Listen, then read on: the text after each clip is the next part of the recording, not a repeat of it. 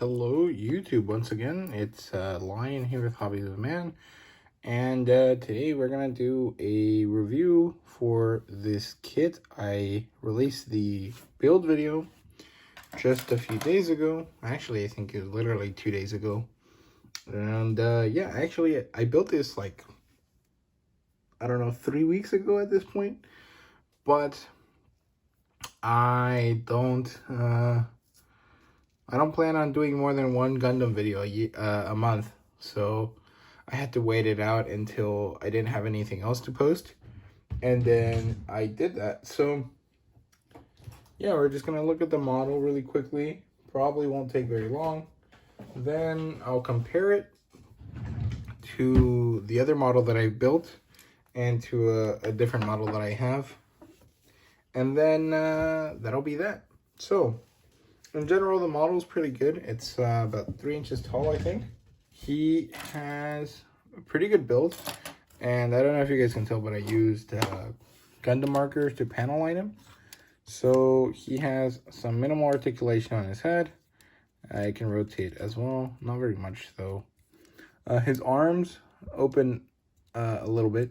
So this is what they are when they're like really solidly placed. But if you pull them out, you can add some extra motion, which is cool, but it gives this really flimsy effect to the model. It's not really a problem. I just wasn't expecting it when I built it. The shoulder pad here moves as well. And the same thing on this side as well. It works the same. There's some motion in and out this way, but it's not very useful.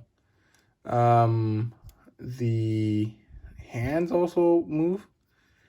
It's a ball joint. It's actually pretty nice. And this shoulder pad moves as well. It also falls out pretty fast, but it's pretty good. I like it actually.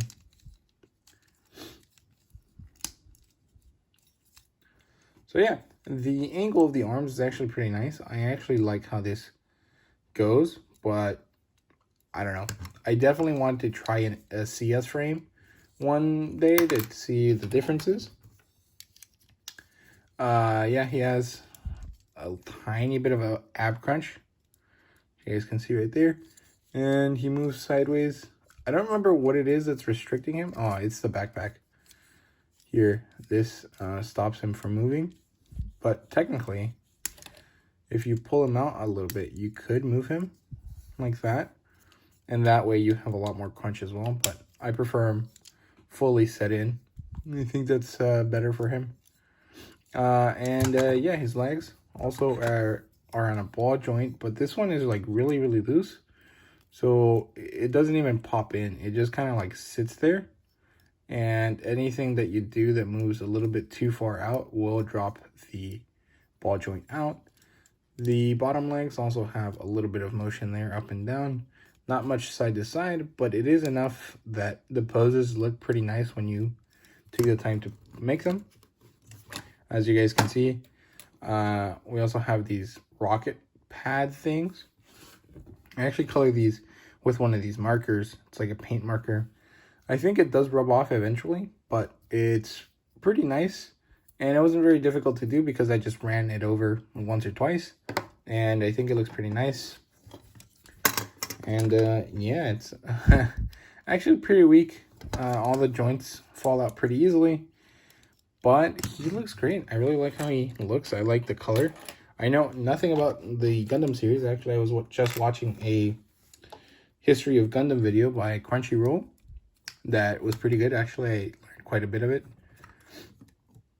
But yeah, so that's basically it. Yeah, he balances really nicely. He's pretty dynamic for such a little, like,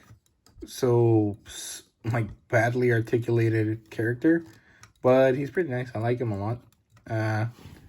He also comes with 3 different little toys or weapons. So this is a rocket launcher, I think. I guess it shoots this way. And then his rifle, which has this really cool action here, which I actually like. I don't know if you can actually pose him to like hold it while it's shooting, like whatever this would be. with his hands, but it's cool that you have the option to try at least. This is probably much more useful when you're using the CS frame.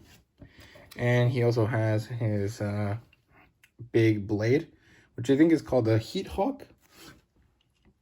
At least that's what I've heard on the YouTube videos, but I'm not really sure.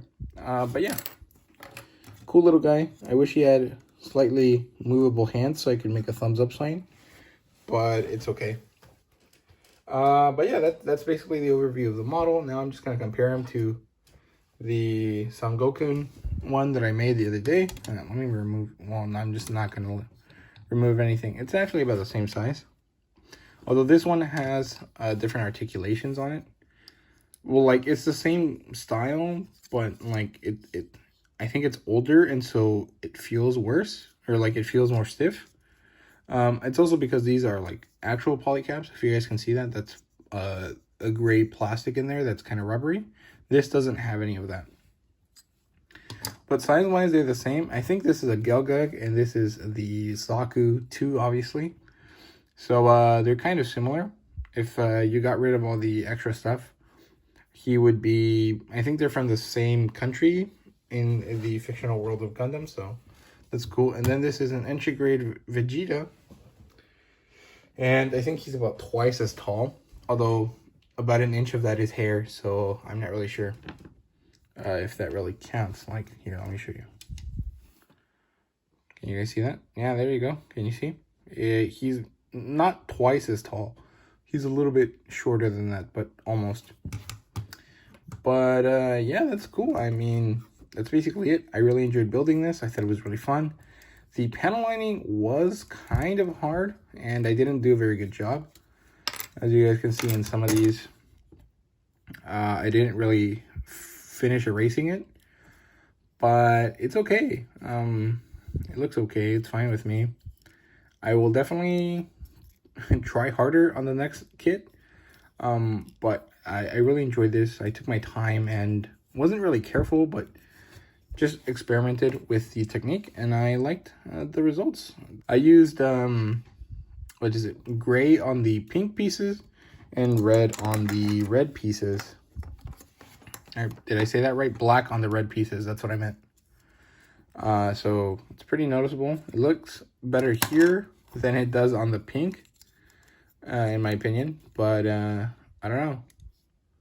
Yeah, here, there's some like really bad marks, and I know that I can go over it with an eraser, but I literally spent like 3 hours just messing with it, and at the end of it, I was just like, okay, I'm not gonna do anything else. And yeah, I don't know, it's really cool. I really enjoyed it. The one thing I do want to complain about is the head. So the head by itself isn't a problem. It's the fact that this broke, so I had to glue it. You guys see that there? And you can see the glue. I think there's a way to get rid of that, but I don't know what to do about it. And I just had to glue it down here a little bit, which actually did a little bit of damage. And I had to do that because while I was trying to mess with the mono eye, which I don't think moves at all.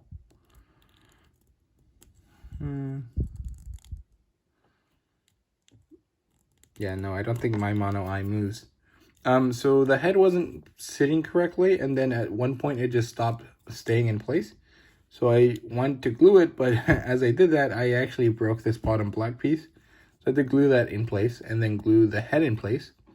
And so I think that's why the Zaku eye doesn't move, or the mono eye doesn't move. But you can kind of shimmy it if you put your finger in there. I don't want to break it, but yeah. So that's the only complaint I have about the kit. I think it was just me being inexperienced and not knowing how to use it, more so than it is a problem with the kit. So yeah, okay, this actually took way longer than I thought it should, but that's basically it. I hope you guys enjoyed the video. If you did, please like, subscribe, and comment down below. Let me know what you thought, and thank you guys very much for watching. See you guys later.